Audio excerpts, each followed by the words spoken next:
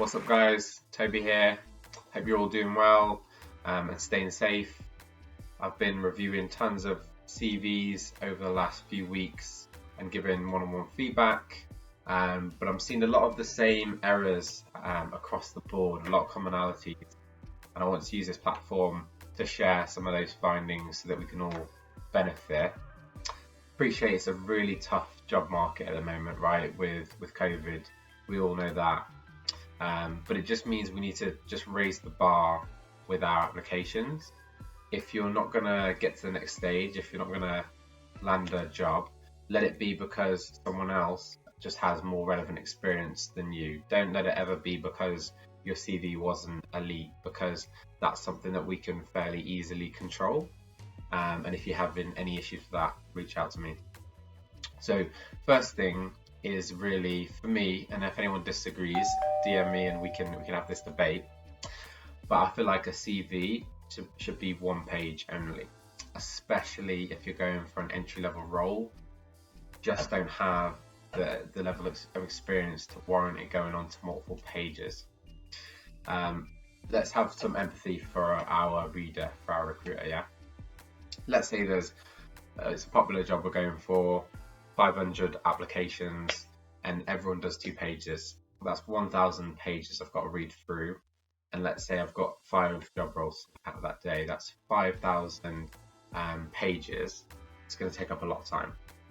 This is why recruiters go through a CV in 10, 15 seconds. So they need it to be really concise and easy to follow. That's why the style is important and that the format needs to be nice and simple, because recruiters don't read all of the information.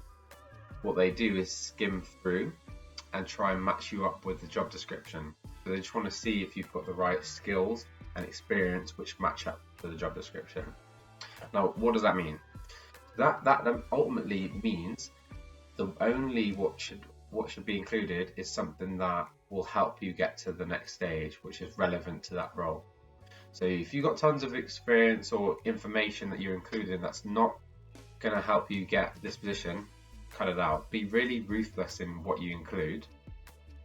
In a way, it's almost, and I know this isn't intended, but it's almost a little bit selfish to make the reader go through loads of information unnecessarily, because their time is really valuable. All they're trying to do is figure out if you're right for that role.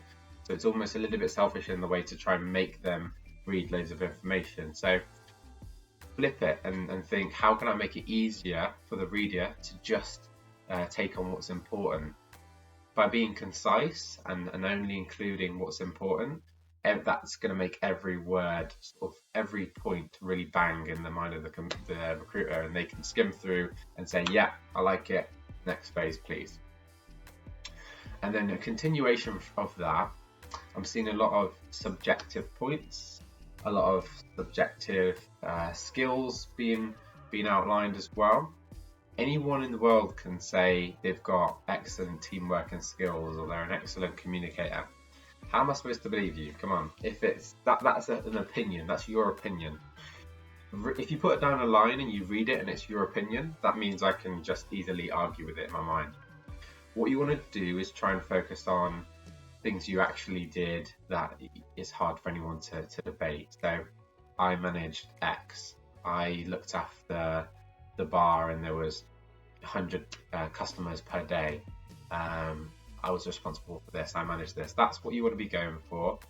And any time you can use numbers rather, to back it up, that's really good, because that's a credibility marker. So I read a credibility marker, and that automatically adds to your CV. It's hard. If someone can put, and I've seen this, it's really good. I took this project and led to 10% year-on-year growth. Okay, so that's if you've got some experience. If you've not, and you've just got your university, just focus on that. Just focus on the relevant modules which are right for this role. The other thing that's really easy to do is use bold text. So it's all part of the same challenge. If there are certain words, certain experiences or modules that are really relevant for the job you're going for, then put it in bold.